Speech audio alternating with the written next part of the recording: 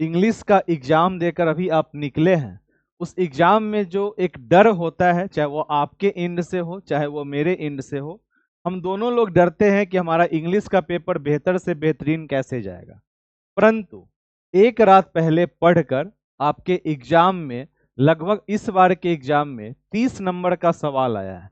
बस मैं आपका 2 मिनट का समय लूंगा, क्योंकि अक्सर लोग जो हैं तो सिर्फ बोलने का कार्य करते हैं। आप एक टीचर ट्रेनिंग कर रहे हैं और आपका और मेरा आज समझिए कि सेकेंड लास्ट डे है, कल आपका एग्जाम समाप्त हो जाएगा।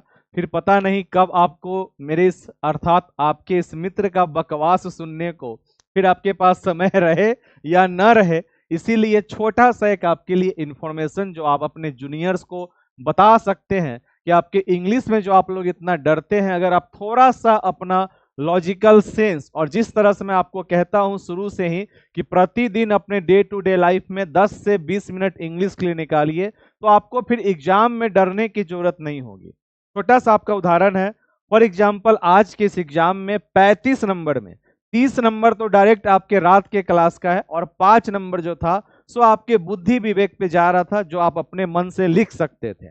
सबसे पहला आपका प्रश्न था, दो अप्रोच के बीच में आपको अंतर लिखना था, बिहेवियर्स और कंस्ट्रक्टिव। देखिए यहां पर मैंने आपको रात में अप्रोच पढ़ाया था, यहाँ पे आपका आ गया बिहेवियर, इसी के नीचे में आपका देखिएगा तो कंस्ट्रक्टिव भी आ जाएगा, आ गया 5 नंबर क्लियर। चलिए उसके आगे आपका प्रश्न था लर्निंग इंडिकेटर्स। लर्निंग इंडिकेटर्स भी कल रात को हम लोग पढ़ने का काम किए थे, आइए एक नजर डालते हैं। ये देखिए ये रहा आपका लर्निंग इंडिकेटर्स, और किसका पूछा हुआ है, तो लिसनिंग के बारे में पूछा है। लिसनिंग स्किल्स का लर्निंग इंडिकेटर्स आपके यहाँ पे अवेलेबल है। 5 5 10 नंबर हो गए। अब आपसे सिलेबल, सिलेबल तो हम लोग कल रात में पढ़े ही थे। सिलेबल आपको मैंने कहा था कि 5 गो वर्ड आएगा और उसी 5 गो वर्ड को आपको क्या करना है, लिखने का काम करना है। और ये देखिए ये रहा आपका सिलेबल, 15 नंबर आपके हो गए। आगे बढ़िए, अगला है राइटिंग एज ए प्रोसेस। क्या राइटिंग एज ए प्रोसेस हम लोग पढ़ने का काम किए थे? तो ये रहा आपका राइटिंग एज ए प्रोसेस, कि क्या प्रोसेस होता है आपके राइटिंग का। 15 5 20 नंबर का आपका हो गया। जो 5 नंबर वाला आपका क्वेश्चन था, how does game and activities help in developing vocabulary, या फिर उसके अलावा में जो अथवा वाला प्रश्न था, वर्ड एसोसिएशन या वर्ड फॉर्मेशन से आपका क्या अर्थ है।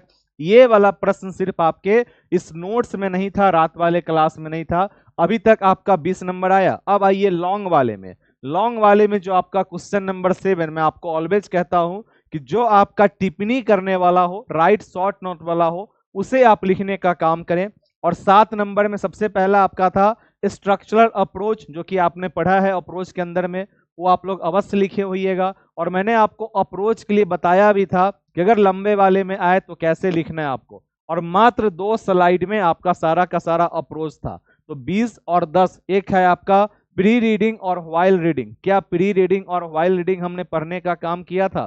तो ये रहा आपका प्री रीडिंग और आपका व्हाइल रीडिंग। अब बताइए 35 में अगर आपका 30 नंबर सिर्फ रात के एक पीडीएफ, जिस पीडीएफ में आपका मात्र 15 से 20 स्लाइड था, और उस 15 से 20 स्लाइड में भी मैंने आपको कहा था कि सिर्फ आपको 6 से 7 स्लाइड पढ़ना है। इस तरह से निचोड़ बनाकर आपके लिए मैंने रिप्रेजेंट कर दिया था। फिर भी जो हमारे बुद्धिजीवी मित्र होंगे उनका यही कहना होगा कि ना, हमारा इंग्लिश ठीक नहीं गया। तो भैया मेरे, इंसान आपको समझा सकता है, बता सकता है, याद आपको स्वयं करना पड़ेगा, प्रैक्टिस आपको स्वयं करना पड़ेगा, और अपने हाथों को भी कष्ट आपको स्वयं ही देना पड़ेगा। इस चीज को ध्यान रखिए। चलिए आते हैं अपने सेशन की तरफ।